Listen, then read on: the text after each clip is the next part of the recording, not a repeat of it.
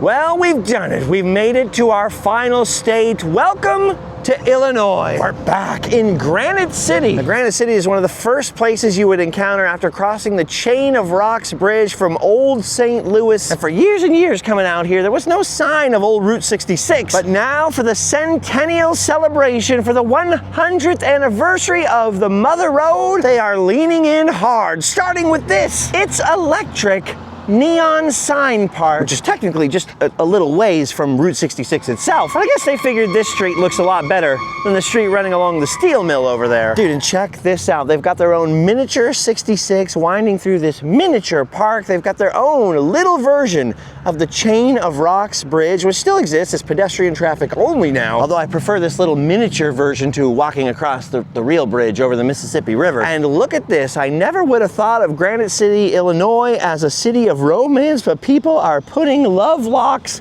all over the miniature Chain of Rocks Bridge out here. Dude, they got a big old mural on the wall over there. They have these old neon signs. At least they look like they could be old, although I think they are replicas. I mean, there's nothing on the back. Dude, and look at the size of this granite-ware coffee pot. They used to produce stuff like this in Granite City. Well, you know, not literally giant versions. I'm talking about just regular pots. A kind of speckly pattern on those old things. That's known as granite ware, and they made it right here in Granite City. Ooh, and look at this over here in front of another big old Illinois Route 66 mural. It's a giant version of the Make It toys. The precursor to Tinker Toys, also made right here in Granite City, Illinois by the W.R. Benjamin Company. Where do they get those wonderful toys? Granite City! And look at this, all throughout downtown. You can see these fantastic murals over here. The empty storefronts across the street have pictures of various places along Route 66 in the windows. And I really like getting a little historical context for Granite City because I have a personal connection to this place. In the early years of the Great Depression, my great-grandfather moved from the Ozarks out here to Granite City, Illinois. He was lucky enough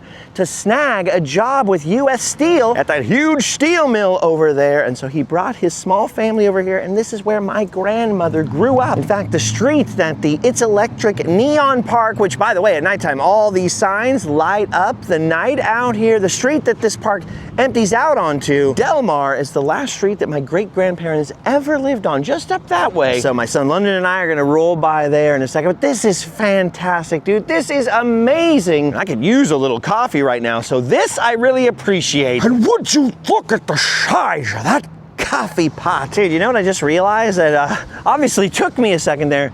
The signs are actually lit up right now. It's broad daylight out here. It's pretty cool right here. The DeSoto billboard. Yeah, but look at that. I love that. 100 years of the Mother Road, Illinois, the birthplace of Route 66. Well, no, the birthplace is in Springfield. Get it right. How could you let them get away with that, Sinclair? You know better than that. Hey, and look at this. Down past the wacky waving arm flailing inflatable tube man, they have not only one of those Route 66 Centennial fun pick opportunities, but the first of the Route 66 postcards we've seen. These postcard murals for the postcard trail. Dude, it's weird to be traveling 7 states away from my home and go, hey, there's my grandma's library. But look at this. That's the house they lived in. I mean, they lived in several houses throughout Granite City, right? And always close to the steel mill, so my great-grandpa could walk to work. I don't think my great-grandma ever drove. They lived upstairs here at 2121A Delmar Avenue in the 1960s, but they were here since the 30s, so they were here when Route 66 cruised right through downtown. Now, I have a couple of aunts who are arguing whether or not that was their grandparents' house or that was their Uncle Buster's house that their grandparents may have lived in at one point. Either way, they lived there. I believe my mother, your grandma, London, only came here once when she was about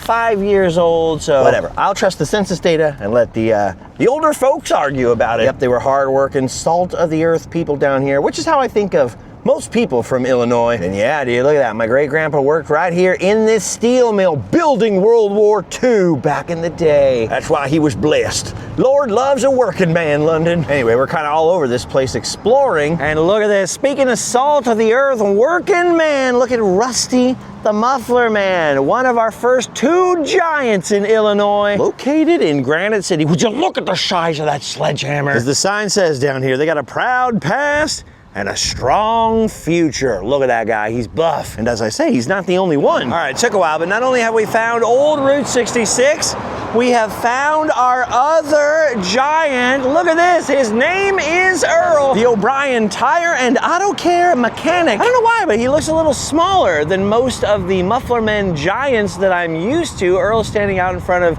O'Brien Tire and Auto Care, which according to this sign, I never knew this, has been in the same family for 55 years along Route 66. I don't know about in the same building, but the building sure looks old enough. Hello, there I am in the reflection. Dude, freaking Illinois is full of giants, especially Muffler Men, but there are some other giants as well. This is not the last we're gonna see of them, but this is the last we're gonna see of Granite City for a while because we are headed north. All right, goodbye Granite City, goodbye giant Route 66 tire. Oh yeah, look at that, the open road. Check it out, there's the old Luna Cafe right there.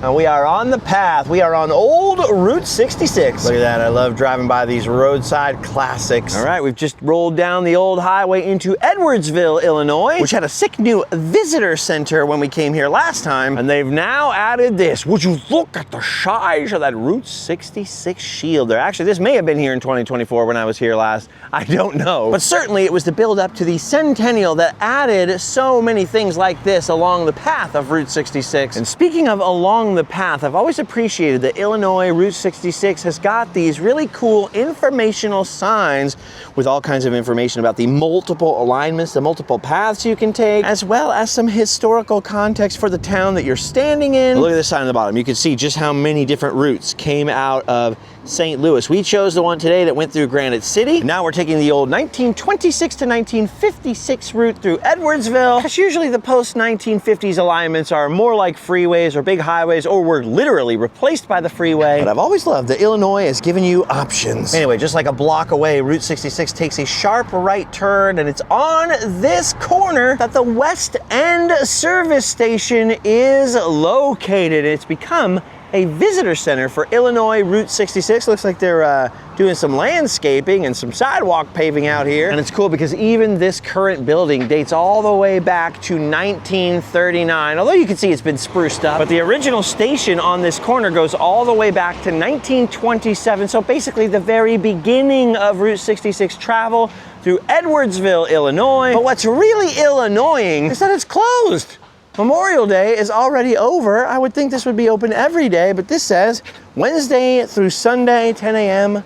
to 4 p.m. I was not expecting this. Usually once you get past Memorial Day, everything's open, at least in the daytime. I was hoping they'd change things up a little bit for the 100th anniversary, but it is still true that in a lot of places on Route 66, they roll up the sidewalk at like 3 or 4 p.m. It's pretty cool though, because even on the outside, they still have some maps, they still have some fun signage leading to some of the attractions we'll hopefully be seeing today. Yes, including the pink elephant, which has become controversial over the years, but we'll get to that. This is a bummer because it's all fixed up in there. They got neon signs, historic newspapers, and ladies' clothing and old photos. Well, we did get to see it 2 years ago, including the inside, so I guess we'll just keep rolling on. Ooh, speaking of new things in Edwardsville, a little construction here too, but look at this. There's another one of those big postcards from the Postcard Trail, Illinois is set up. See, they're all the same design right there, but with different information. Tells you when the town was incorporated. It's the third oldest city in Illinois, which is something I did not know about Edwardsville. Luckily, they've had these spiffy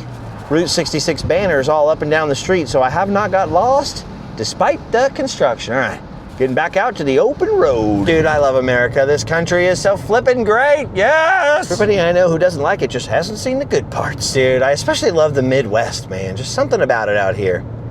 Gorgeous. All right, look at this. Just on the outskirts of Hamel, Illinois. Right here, one of our first, whoa, hard right turn there. One of our first Route 66 small towns. Check it out. An old, abandoned little portion of old Route 66. I love finding ghost roads like this. It's so fun. Just a little chunk right there alongside the bike path, but I thought it was worth mentioning. Okay, maybe that's not interesting to anyone but me, because London doesn't look amused. Be amused! Amused by the ghost road! So many beautiful little farms and barns, Victorian houses with towers on them. I freaking love it out here. Northern Missouri, Illinois, Kansas, just great states. All right, what do we got here? Hamel 66 Dog Park. Even the dogs get to celebrate the Centennial. Oh, and it looks like we're the man now, dog, because look at this. It's right across from old Wheezy's on the route. We've got a smaller interpretive sign, one of those huge Illinois fun pick opportunities, and even the tiniest little postcard on the postcard trail over there. Look at this, though. They should have chose a different font because I read that completely differently. Look at that.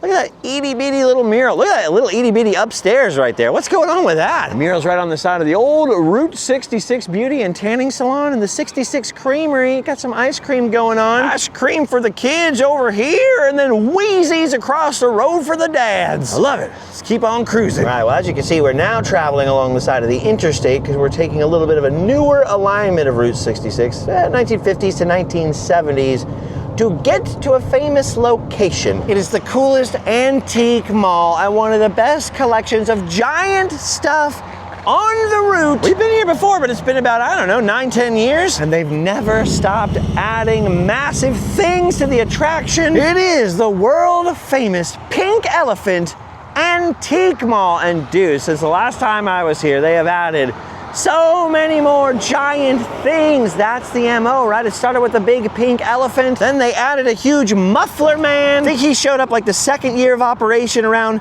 2006, something like that. Then they added an airplane out here. Large bicycles for the muffler man to ride. And just for a sense of scale, these bicycles, the wheels are taller than my head. They added one of those giant flying saucer buildings eventually, and anything and everything giant, weird, huge, homemade, leftover, any kind of big art or sign, they will take it and add it to the yard in front of the interstate and in front of old Route 66, because that's what brings in the customers. There are giant metal chickens, there are real life chickens just scratching around in the shade over here. There are aliens up in the spaceship, which by the way was meant to be a prefabricated house. I think they were called Futuro homes, and then look at this, they've got some wacky aliens outside of these things, whether it's folk art and custom built or leftover, they will add it if it's giant, if it's weird, if it's unusual, if it has eyeballs in the hands. By the way, side note, see why I don't like aliens? That looks like there's a freaking highway toll booth over there. Look at this elephant sticking out of the building. We got a barbecue stand out here made out of a vintage trailer, little playground stuff, old ride vehicles. It looks like they've recently acquired a big globe. They added this old ice cream stand at one point, Twisty Treat, which by the way is open today, so they're serving up ice cream. Anything and everything to turn this old abandoned high school into the weirdest, wackiest, most roadside-y attraction of them all. Got an old police car out here, an old Blues Brothers police car as well. You can see why this is a beloved attraction. They're playing classic American oldies out here all day long. Look at that giant derpy guy in the pink shirt, Bob's Big Boy. It's definitely the weirdest high school I've ever been to in my life. Ooh, and look at this. This is new right here. Lock your love at the Pink Elephant Mall, where antiques meet adventure, keeping Route 6 wonderfully weird. New banners, and of course they have their postcard here for the town of Livingston. They got some Sinclair dinos, another big pink elephant by the entrance. Alvin, Simon, Theodore are here, and look at that guy, man.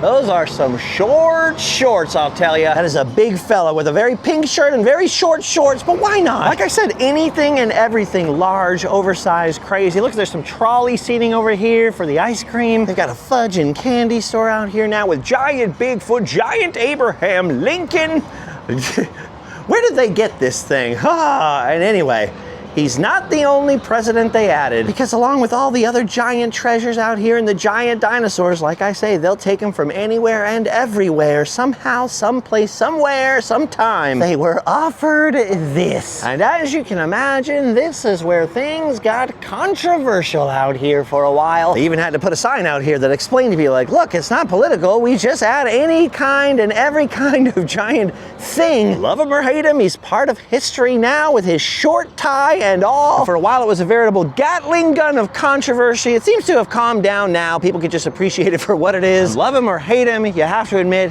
it's probably the weirdest president we've ever had. So why not throw him out here with giant ghouls and a giant VW bus and an alien looking up at his ship, which had a crash landing, creepy dummies hanging up in the windows. It's just part of America now. So look at this. They do a haunt out here now at certain times of the year in the old haunted high school. See, anything weird, wacky, wonderful, bizarre, they'll do it all. Hey dude, why does it look like this guy's stabbing himself in the chest over here? Okay, it is actually burning up outside. Marilyn Monroe may be wearing a short skirt. She may be feeling the breeze, but I am not. Let me show you the inside of this old haunted high school. Look at this, the weirdness does not end inside. There's weirdness everywhere. Oh dude, the giant Kit Kat clocks, the Mars attack sky, and acres inside the old high school gymnasium of wild and wonderful antiques. I couldn't hate on this place even if I tried. So many different antique dealers in here, and it's one of the coolest, weirdest, most unusual settings for an antique store ever. Look at that. What is not to love about that? Look at that Jolly Green Giant. Oh dude, the Ghostbusters firehouse. Look at all these He-Man play sets. If you get to the back wall, you can still see the old high school gymnasium stage. You can go backstage to hunt for antiques, downstairs to the man cave. No, just kidding, that's off limits.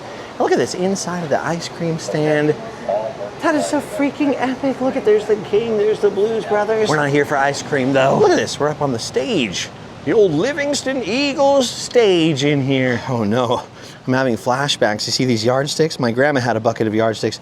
This is what she would whack us with. Although to be fair, at least I did deserve it. Look at this, on the opposite side from the stage, you can go into the old high school hallways. Both downstairs over here, where I assume the locker rooms used to be, which is full of cool stuff. Although a disturbing amount of these vintage items are from my childhood's era. I used to be the young fella on the route. Oh, look at this. This is a heck of a sushi platter. Oh, but this is a perfect example. Look at this.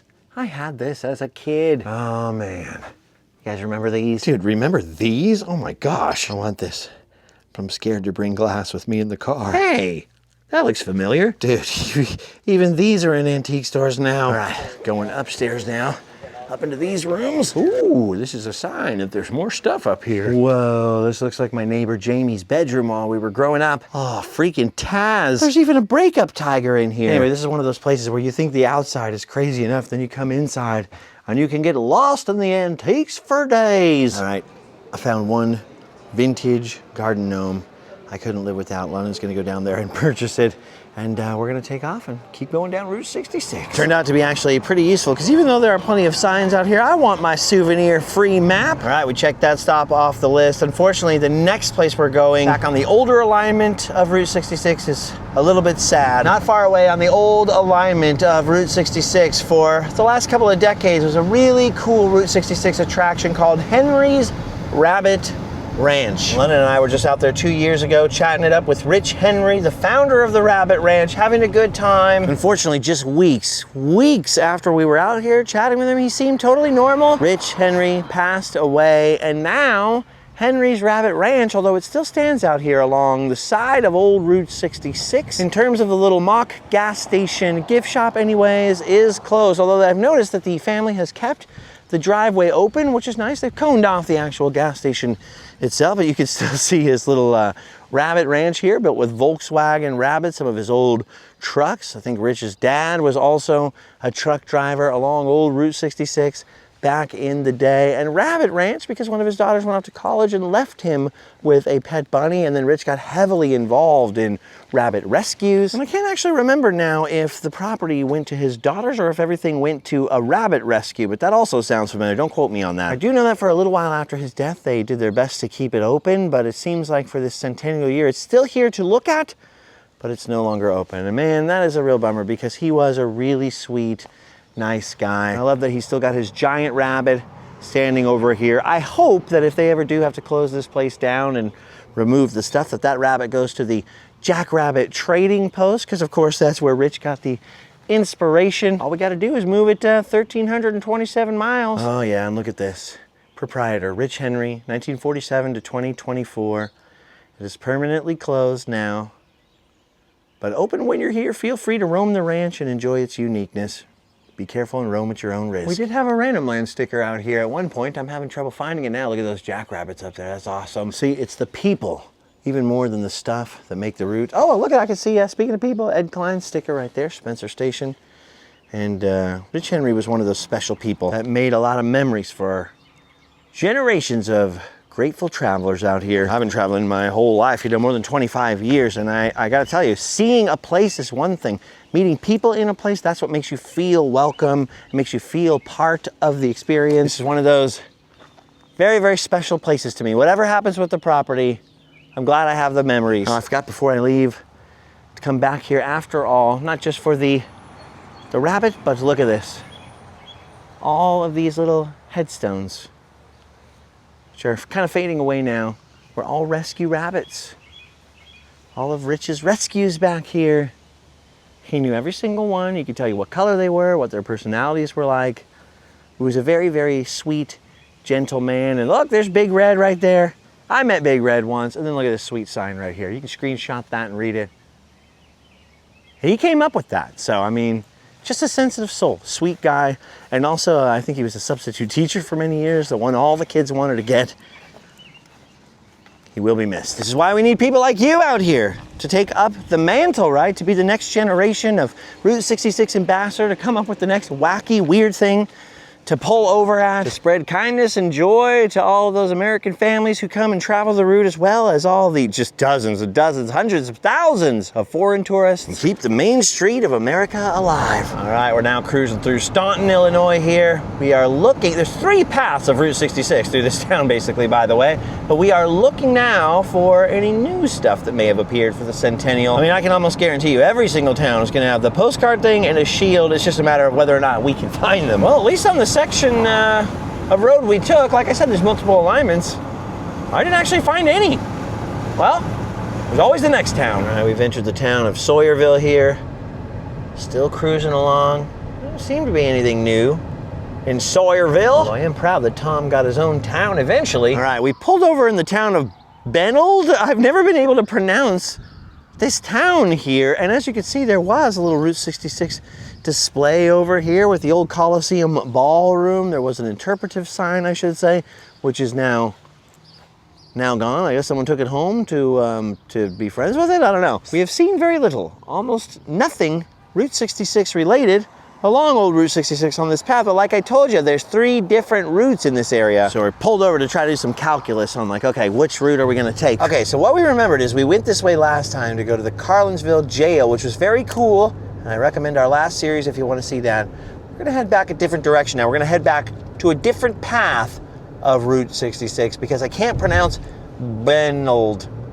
Benold? We're going to take that as a sign to switch routes. Here we go. See, now we're pulling into Mount Olive, Illinois, where not only are they definitely celebrating the Centennial with plenty of banners and signs here, but look at this. One of my favorite things on the old Illinois portion of the road, it's Soulsby's service station. Look at that. There's Henry Soulsby right up here, the founder of this place, who decided to quit his mining job and open a service station as the roads were coming through here and Route 66 was first built. It remained a family operation for generations and now is lovingly preserved here. These little old stations had little old tanks that couldn't keep up with modern demand. Plus, as you can see, this is now a very quiet road. This is no longer the main route between Chicago and St. Louis. The thing I've always loved about this place is you can give yourself a little self-guided tour in here if nobody else is around. You can see the old service station, these restored gas pumps out here. It's all completely free. They usually do have a donation box though. Hey, look at that. I know that guy. Look at this. Absolutely beautiful. Nobody around today. Look at the old uniforms in here. The old, all the old Shell products. That always makes it really cool. You could look at even a little picture up there. But this is fascinating. Look at that. Quite a collection of stuff. The door's just unlocked. Nobody's here. Guarding is the kind of thing you can still get away with in the American small town. And you could never get away with in Anaheim, California, where I'm from. And that is increasingly so, actually. And that is why I'm constantly like so tempted to move out to the Midwest or move out to somewhere, you know. London and I just passed a mansion in Staunton, almost 6,000 square feet, which cost less than $500,000. So less than half of the value of the house we are currently renting, and the mortgage would be less than I'm paying to rent it. And it was literally 5 times the square footage. People always tell me, you can't move. I don't own anything out there, you know? Anyway, we shouldn't be focusing on that. We should be focusing on these epic super Shell pumps. The old oil pump in here, and look at this. From the television repair days, I got the Zenith sign over here. You got the RCA Victor, all with the Soulsby's family name on it. Check out that pump from later years. It's just a beautiful place, and there's so much history. It'll show you, you know, the TV repair business inside and what it looked, and a bunch of newspaper articles. Some of these, I think, could probably stand to be retyped up here. They're fading a little bit from the sunshine, but it's just absolutely amazing. Somebody comes and unlocks the door every day, and then Route 66 travelers wander on through here. It is a beautiful, beautiful thing. Oh, by the way, there are cameras, so don't try any shenanigans. Still, though, even with cameras, you couldn't get away with this in Anaheim. That is why I just absolutely love it. Also, I love this. I love that the old ramp was out here for so long. A tree grew up in the center of it, and now tree and lift are one out here. There's a couple of concrete benches and a dumpster out here. So it's a great stop for travelers who like to stop, smell the roses, picnic out here. Lots of parking. I want to say that's the Soulsby's house right behind the station, only because there's a little tiny concrete walkway between the two. I don't know that for sure. That's like a sort of an educated guess. So perhaps whoever owns the station actually still lives right next door. I'm not sure about that. Too, we ran into a little bit of new paving on old Route 66. Oh, I can feel that vibration. This is testing all of London's new driver skills. Cool, because you can see this skinny old portion of road that they're repaving here, and then right up at the end of it, miles and miles of much wider Route 66 with some old ghost road off to the side. It was too wide once the interstate bypassed it. All right, we found our way back to the skinny parts again. 1930 to 1940. It genuinely gets confusing. In John Deere green on a hot summer night. You guys remember? Come on. Sing it, London. In John Deere green. Anyway, we've now come over to the town of Litchfield, Illinois, and I think you can already see why. In 2023, they opened up the Litchfield Museum and Route 66 Welcome Center. We visited this in 2024. It was still pretty brand new. They just closed it up for the day. It's 4 p.m. Not only is it right across the street from the old Ariston Cafe, which has been out here on the route for generations, but there are a few outdoor displays that make it worth a stop, as well as a shaded sort of picnic area. I like this one over here. The old hitching post that looks like a little tree stump. They've got a miniature version of that at Disneyland. But look at that, there's one of the real things. A little information about prairie life out here, some plaques from old historical buildings that are lost, and of course some fun pick opportunities. Some more historical plaques along the other side of the building, and an old hay wagon sitting out here. Hey, I like that. Anyway, Litchfield also installed a ton of Route 66 Centennial banners along every light pole, and look at this. Of course, they've got their big, giant fun pick sign. They got these all over the route now, and they're all designed very ingeniously where the holes work on either side. What I've noticed about the Illinois ones, the holes are huge. You can sit up inside of those things. You can cuddle, you could go on a date here. Anyway, there's so much to see. We could be stopping at every old gas station, every old house, looking for every and at every motel, but then it would take us 5 days to get where we're going tonight. So we're gonna move along and try to head to our final destination with one more stop along the way. Well, one more planned stop along the way. You never know what could happen here in Random Land. I think I'm the mayor of Random Land and I don't even know what's going on. All right, this is where we were headed. The little town of Auburn, Illinois. Not so much for the town itself, although you never know what kind of little gems could pop up, but to catch back up with old Route 66. Okay. We are back. We are back on old 1926 to 1930 Route 66. It is the Centennial celebration, so why not go down the road they laid down 100 years ago, right? Especially since part of Route 66 right here is extremely unique, because just around the corner here is Brick 66. Jutting out to the left in an almost blink and you will miss it turn if you come down this little road right here. All of a sudden you go from road like any other road to brick road. And no, it's not yellow, but it does transport you to another time and place. Dude, this is awesome. This road actually dates back to 1921. That's when it was first paved in concrete. It became Route 66 in 1926, 100 years ago. This year, but oddly enough, although they started paving this road with brick when it was still Route 66, they didn't finish it until 1931. So the route had already moved away. So even though it is Brick 66, and look at that, there's a Route 66 mural on that silo over there. It is a very legendary part of the Mother Road. Technically, it wasn't Brick 66 while it was Route 66. However, once Route 66 always Route 66. And Brick 66 will forever live in our hearts. Dude, it's a beautiful little section of country, a beautiful little section of road. It actually goes for quite a long distance, you know, a lot longer than you would expect. It's gorgeous. 1931, they completed the brick road. Of course, it has been patched up over time. That's why you see so many different colors of brick down on the road these days. But an absolutely essential part of your Route 66 journey through Illinois. So I'm glad we took the detour, man. Always fun. However, all the good things must come to an end. Even good old Brick 66. Whoa! And that's for the best, because from here, we are headed up into town. But before we do, I just want to say, if you come out to Brick 66, there's not a lot of places to pull over on that road, and it has a lot of traffic on it for a little tiny farm road, so just be careful over there. People blast through that thing. I just don't want any of you random landers getting out for a fun pick and getting squished. All right, now we are gonna fast forward on ahead to our final town. Welcome to Springfield, Illinois, home of Abraham Lincoln and this huge Route 66 shield located conveniently right across from the drive-through lanes of McDonald's, which should be illegal to visit in Springfield, no matter how much London wants it. Because Springfield, Illinois isn't the birthplace of the cheeseburger, it's the birthplace of the corn dog. Only don't call it a corn dog in Springfield, because in Springfield, it's a cozy dog. We've been here before several times and documented the history of both the corn dog and the cozy dog here, invented by the Waldmeyer family, who sired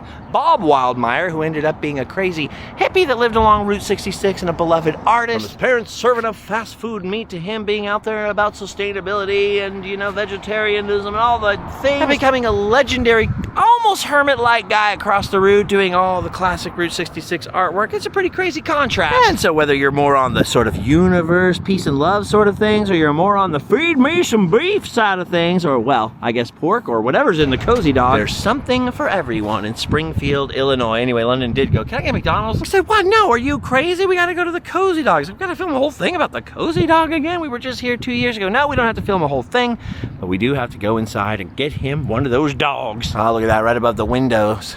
Some of Bob Waldmeyer's original artwork up there, an old mural. Ooh, and another informational sign right here. There's Ed Waldmeyer right there, the inventor of the cozy dog. Nothing about Bob on here particularly, but look, there's Josh Waldmeyer, who owns it today, the third generation. Oh, and make sure you rub Lincoln's nose for good luck on your way in, and wash your hands after. All right. London's gonna order up. I'm going to enjoy the aesthetics, the old cozy dog artwork, the little museum areas on the, well, every part of every wall in here is pretty much a museum, but also the revamped gift shop over there in the corner. Very, very interesting stuff on the walls. Look at Kermit the Frog up there. I love this. They have the old original corn dog tray, some of the old bumper sticker, stationery, artwork. There's Josh right there. We did actually meet him last time. He doesn't know us from Adam, but we did meet him. You can see a bunch more artifacts on display. Oh, also Bob Waldmeyer's business card and his handwritten history plaque. I love that they have a little Route 66 library in here. They've got some of Bob's maps, but also some information about Bob. See that? They got a little Route 66 library you can read while you wait for that cozy dog. Actually, London cheated and got a chili dog. What did you say?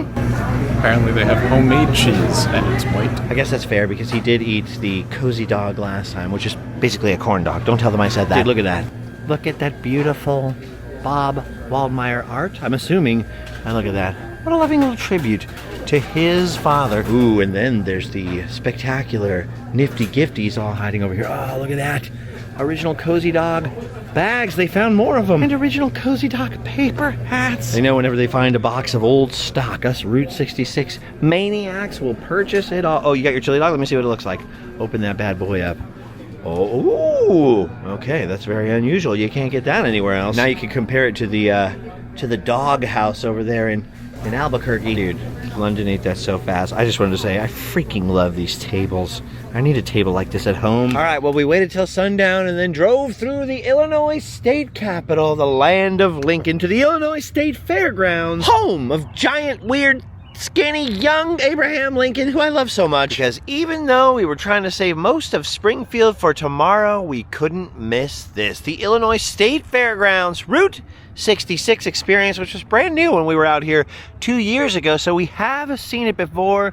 But after starting our day off with a neon park that's closed, we just had to enjoy a little bit of that neon glow. Now, the weird thing is the posted hours for this place are only till 8 p.m. which was a while ago. It's still bright out here, it's summer. But luckily, the gate was still open and it's now just dim enough that this looks awesome. Something about neon. Just remember, if you, the next generation, start a Route 66 attraction, neon it up. It is worth the investment. For those of you who weren't along with us on our last trip and haven't watched that series yet, this place is awesome because it kind of recreates Illinois Route 66 in miniature rather than the whole route, right? So you're walking along this little path designed to be like Route 66 through these little bunkers, these little huts right here that represent different parts of Illinois. And so, for example, the Springfield one's got the Cozy Dog right there. It's got the Springfield Visitor Center. Also, a lot of spoiler alert stuff we haven't seen yet. Your Burmese Shave signs back there. Your Litchfield billboard in the front. And so, this will show some of the areas that we went through today. Mount Olive and etc. But of course, the last one. Because for some reason, everybody still only thinks of Route 66 as going east to west, Chicago to LA. That's because of the song mostly. The last one represents most of what we saw today, going all the way back down there to Granite City along the Mississippi River. So here's a whole bunch of things that we ended up seeing today. But let's face it, the huts with the pictures, those are cool, those are interesting. But we are here to see the neon. Here's their own version of a giant muffler man, a neon representation. And down here, there are many of the giants that are located in and along Route 66 towns. Some of these I've actually never seen before. I've never seen the Frankenmuffler Man in person. I love these. I love these old replica billboards out here. I love the park-like atmosphere. I'm loving this sunset, and I love this freaking neon. Illinois is kind of crazy because of the three paths. It's hard to figure out, what do I want to see, what do I not want to see? You're going back and forth between different paths. You'll be in the middle of farmland, open road, that wide open, put the top down, babe, kind of environment. 1 second, hey, that's the second mini chain of rocks bridge we've seen today. And then the next second, you'll be in a town that's all busy and crazy and there's tons of traffic because Illinois is a pretty populous state overall. And then bam, you're back to the sort of rural vibes. It's just very, very different than any other state on the route. We had a lot of fun today. I'm gonna be honest with you guys. I'm getting kind of tired. I'm getting pretty tired, and I don't go home from here. First of all, we've been out here for 3 weeks, and even if I was driving straight home, it'd be another week or two until I got there. But no, I'm actually flying to Oregon at the end of this. And first, before that, I gotta fly to Kansas City, or drive to Kansas City, rather. On top of that, something got messed up with my tax filings at home. Not the paying, the filing part. I'm out here in the middle of nowhere. Well, not that Springfield, Illinois is in the middle of nowhere, but, you know, relatively speaking, for me, I don't have access to all my paperwork and stuff like that. We're up against time budgets and money budgets and things and blah, blah, and I was getting all stressed out earlier, right? I was working myself up like, oh no, it's gonna be weeks until I'm home. What do I do? Then coming out here, the mock drive-in theater, looking at this little path of the land of Lincoln, and then realizing, man, we are actually close to the end of this portion of the adventure, and I was lucky enough of this particular adventure, right? There's just going to be a few days left of Route 66's 100th anniversary trip, at least with my son London over here. And I thought to myself, no matter what happens, eventually it's gonna be all right. Problems will come, problems will go. You'll solve problems, they'll be stressful, but you'll do it, and you'll do it in its proper time. Right now, we gotta be present, gotta breathe, gotta enjoy these moments. After all, you know, I was supposed to go out on this trip, whether or no, but my friend Adam the Woo was gonna be meeting up with me a lot on this particular adventure. Oh, you know, on and off. Plans to meet up in certain areas, Oklahoma being one of the big ones, and then meet up again in Illinois, especially at the end of the route. And we were gonna go and do a whole Untouchables filming location thing together, since of course we quote that movie to each other every day, or we did rather. Something else I was bumming out about while I was in my little freak out earlier. And you know, that's never gonna happen now. But on the flip side, I do have London with me right here. And if I should be walking away from the lesson of the past few months in my personal life and losing a friend like that, it's that even though you may be tired and grumpy and sore and hungry, you should not take these moments for granted, right? I never got to do a month-long Route 66 road trip with my dad, you know what I mean? Not at that age. My dad lost his dad when he was only 15. And so I was just thinking about that, and that totally changed my perspective. Yeah, I got to deal with the issues, right? But it reminds you what this is all about. It's not all about seeing every single thing and doing some kind of checklist or whatever. You go into the Route 66 Facebook groups or something, and you find these very intense people who will be like, Santa Monica Pier, that's not the correct ending. Navy Pier, the new ending, that's not the... And they get all credit. You missed this and that. You didn't eat at this place. You didn't stop at this place for gas. You're doing it wrong. The only way to do it wrong is to worry more about the destination or the details than enjoying the journey itself. So that's exactly why I was like, Lennon, you should come with me. Right? Aren't you glad you came with me? He was in the hotel. He was satisfied. He had food. And like, come on, man. Come with me to see the neon, even though we've seen it before, because you never know when it might be your last time. Anyway, so now we're out here. We're making a memory just like we did all day long with you guys. But I think this episode is long enough, because the most stressful thing has been we've had some very, very long action-packed... We've been filming every single day. A couple of days we filmed 2 videos. And we go all day long until, 9, 10 o'clock at night. And then you're trying to edit all that footage in one day. It doesn't work. So then you get backed up. And then I don't know which video is what. And then was trying to remember how to edit something earlier. I'm like, I don't even remember doing that. So we had better stop here. We better quit while we're ahead and hang up on you guys for the moment and pick you back up on Route 66 as we wind our way towards Chicago along the land of the giants. There are many more giants ahead, and we got a little bit of the land of Lincoln to look at before we leave Springfield as well. That's all gonna have to wait till the next adventure. Hey, we need your help. One, I could not have done any of these adventures over the past 13 years without you.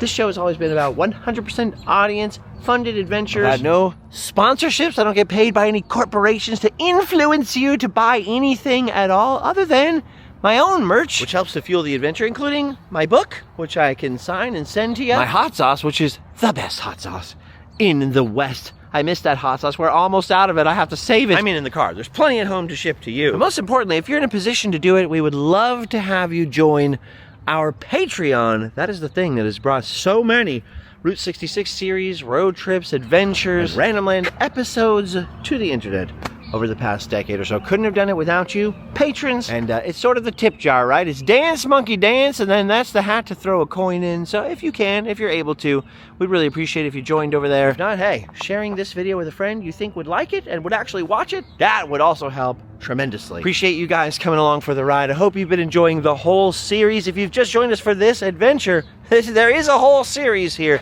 and many adventures behind us, a couple more adventures ahead of us on this series. There's also a playlist with all kinds of Route 66 adventures. London has promised that when we get home, he's going to be updating all the playlists on the channel because there's a lot of adventures. Hundreds and hundreds and hundreds, thousands, may I say, of locations, roadside attractions, history places, theme park rides and adventures, all kinds of stuff here in Random Land. But this particular adventure, this one's done. We've done our duty. It's time to motel and sleep well.